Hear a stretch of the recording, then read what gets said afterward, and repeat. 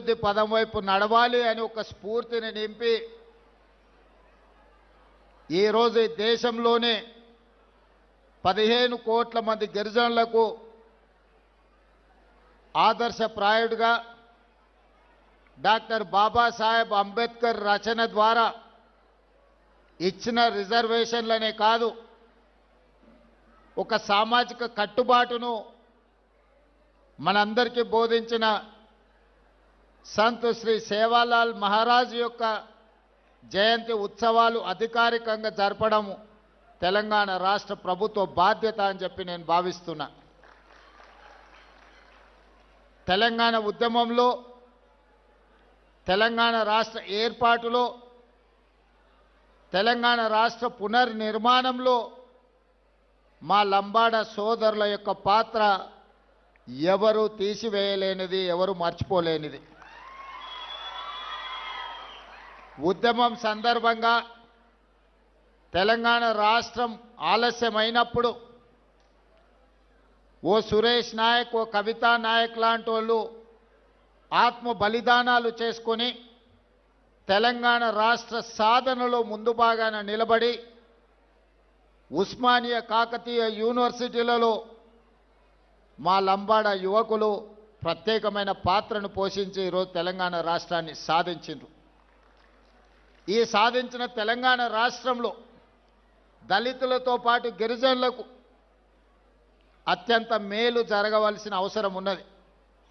ప్రభుత్వం రచించే ప్రణాళికలలో అది సంక్షేమం కావచ్చు, అభివృద్ధి కార్యక్రమాలు కావచ్చు, రాష్ట్ర ప్రభుత్వంలో భాగస్వామ్యం కావచ్చు, ఈ వర్గాలకు సముచితమైన స్థానాన్ని కల్పించడమే కాకుండా సముచితమైన గౌరవాన్ని వాళ్ళకి ఇవ్వవలసిన బాధ్యత ఏర్పడిన ప్రభుత్వాలకు ఉంది అని చెప్పి నేను స్పష్టంగా భావిస్తున్నా.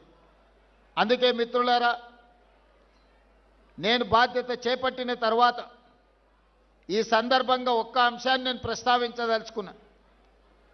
2006 సంవత్సరంలో మొట్టమొదటిసారి జిల్లా పరిషత్ ప్రాదేశిక మెంబర్గా మిడ్జిల్ మండలంలో నేను స్వతంత్ర అభ్యర్థిగా ఎన్నికల బరిలో దిగిన. మిడ్జిల్ మండలంలో అత్యధిక తండాలు ఉన్నాయి, గిరిజన జనాభా ఉంది.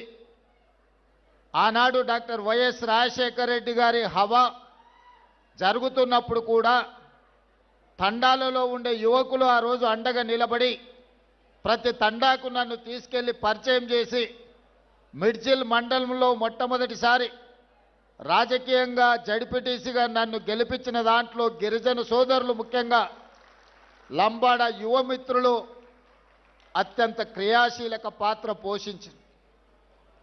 2006 సంవత్సరంలో సరిగ్గా 20 సంవత్సరాల క్రితం 2006 జూన్ జూలై అనుకుంటా ఆ మాసంలో మొట్టమొదటిసారి నేను ప్రజాప్రతినిధిగా ఎన్నికైనా.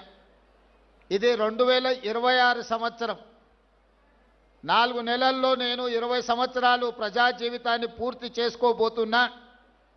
ఈ 20 సంవత్సరాల రాజకీయ ప్రస్థానంలో జడ్పీటీసీగా కావచ్చు, శాసన మండలి సభ్యుడిగా కావచ్చు, 2 సార్లు శాసనసభ్యుడిగా కావచ్చు, ఒకసారి పార్లమెంట్ సభ్యుడిగా కావచ్చు, కాంగ్రెస్ పార్టీ అధ్యక్షుడిగా, ఈనాడు తెలంగాణ రాష్ట్ర ముఖ్యమంత్రిగా ఈ 20 సంవత్సరాల సుదీర్ఘమైన రాజకీయ ప్రయాణంలో ప్రతి సందర్భంలో లంబాడ సోదరులు నాకు అండగా నిలబడ్డరు.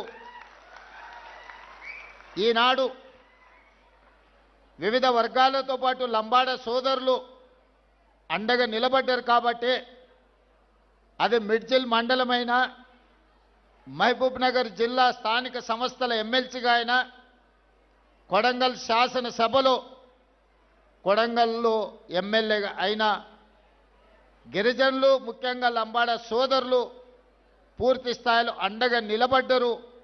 ఈరోజు ఈ హోదాకు రావడంలో మీ వంతు సహాయము, మీ వంతు అండదండలు ఉన్నాయి. అందుకే ఈనాడు ఈ వేదిక మీద నుంచి మా మిత్రులు అడ్లూరు లక్ష్మణ్ గారికి నేను ఆదేశాలు ఇస్తున్నా. అదేవిధంగా special chief secretary Savyasachi Ghosh గారికి నేను ఆదేశాలు ఇస్తున్నా. తెలంగాణ రాష్ట్రంలో ఉన్న అన్ని తండాలకు బీటీ రోడ్లు వెయ్యాలి అని నేను ఆదేశాలు ఇస్తున్నా. ఈనాడు మా లంబాడ యువకులు చైతన్యంతో వివిధ జిల్లాలు వివిధ రాష్ట్రాలకు వెళ్ళి వ్యాపారాల రూపంలో ఆర్థికంగా ఎదిగినరు. తండాలో ఉన్నవాళ్ళు సైకిల్ మోటార్లు కొనుక్కున్నారు, బయటకు వచ్చిన వాళ్ళు కార్లు కొనుక్కున్నారు.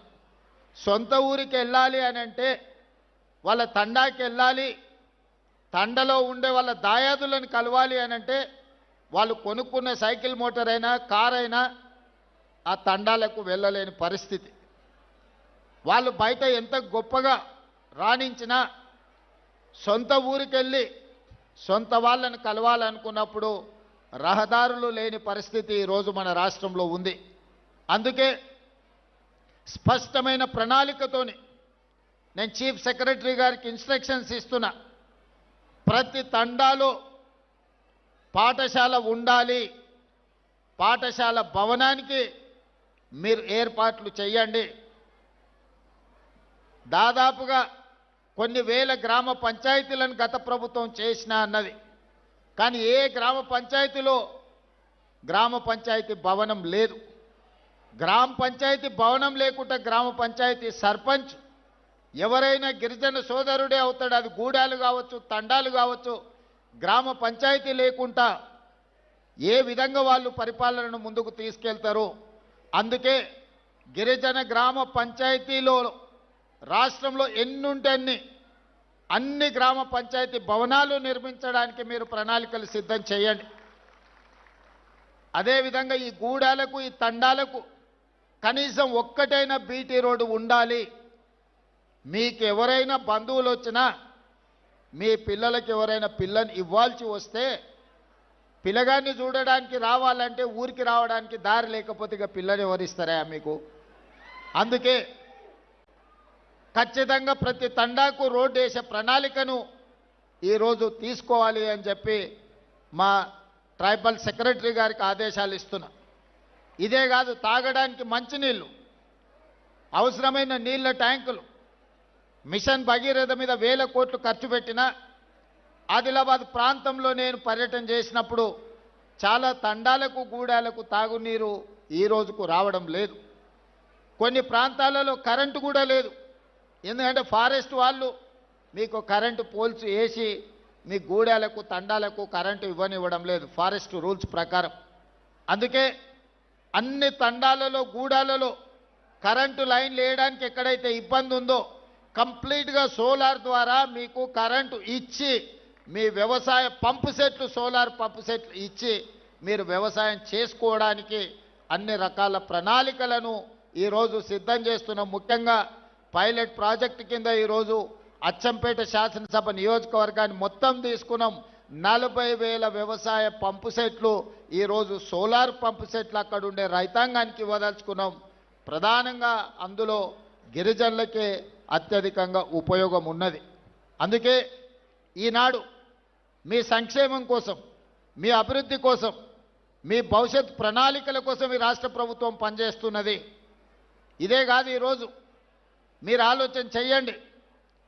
ఆనాడు తెలంగాణ రాష్ట్రం వచ్చిన తర్వాత 10 సంవత్సరాలు పేదలకు రేషన్ కార్డు ఇవ్వడానికి కూడా ఆ ప్రభుత్వానికి చేతులు రాలే. కానీ నేను బాధ్యత చేపట్టిన తర్వాత పేదవాడి గుర్తింపు, పేదవాడి గౌరవం, పేదవాడి సంక్షేమమే రేషన్ కార్డు. ఆ గుర్తింపు, గౌరవం, సంక్షేమం ఇవ్వాల్సింది ప్రాథమిక బాధ్యత రాష్ట్ర ప్రభుత్వానిదే. అందుకే లక్షలాది రేషన్ కార్డులు పేదవాళ్లకు అందించిన చరిత్ర, అందులో ముఖ్యంగా లంబాడ సోదరులకే అత్యధికంగా ఈరోజు రేషన్ కార్డులు అందుకునే విధంగా ప్రణాళికలు సిద్ధం చేసి వాళ్ళకి ఇచ్చినాం. రేషన్ కార్డు ఇచ్చి వదిలేయలే. ఇంతకుముందు మా బలరాం నాయక్ గారు చెప్పినట్టు ఆనాడు దొడ్డు బియ్యం ఇచ్చేది. దొడ్డు బియ్యం ఇస్తే మా లంబాడ సోదరులు తీసుకెళ్ళి బర్లకు దాన పెట్టేది. ఎన్నడూ వాళ్ళు తిన్న సందర్భమే లేదు. లేకపోతే రేషన్ షాపోడే బయట నుంచి బయటనే అమ్ముకునేటోడు. అందుకే ఈ విధంగా మాఫియాగా మారి మిల్లర్లు, దళారులు దోసుకుంటున్నారు. పేదవాడు ఆత్మ గౌరవంతో బతకాలి అని అంటే సన్న బియ్యం ఇవ్వాలి అని ఈరోజు తెలంగాణ రాష్ట్రంలో 3,17,00,000 మంది పేదలకు సన్న బియ్యం ప్రతి మనిషికి 6 కిలోల బియ్యం ఇస్తున్నాము.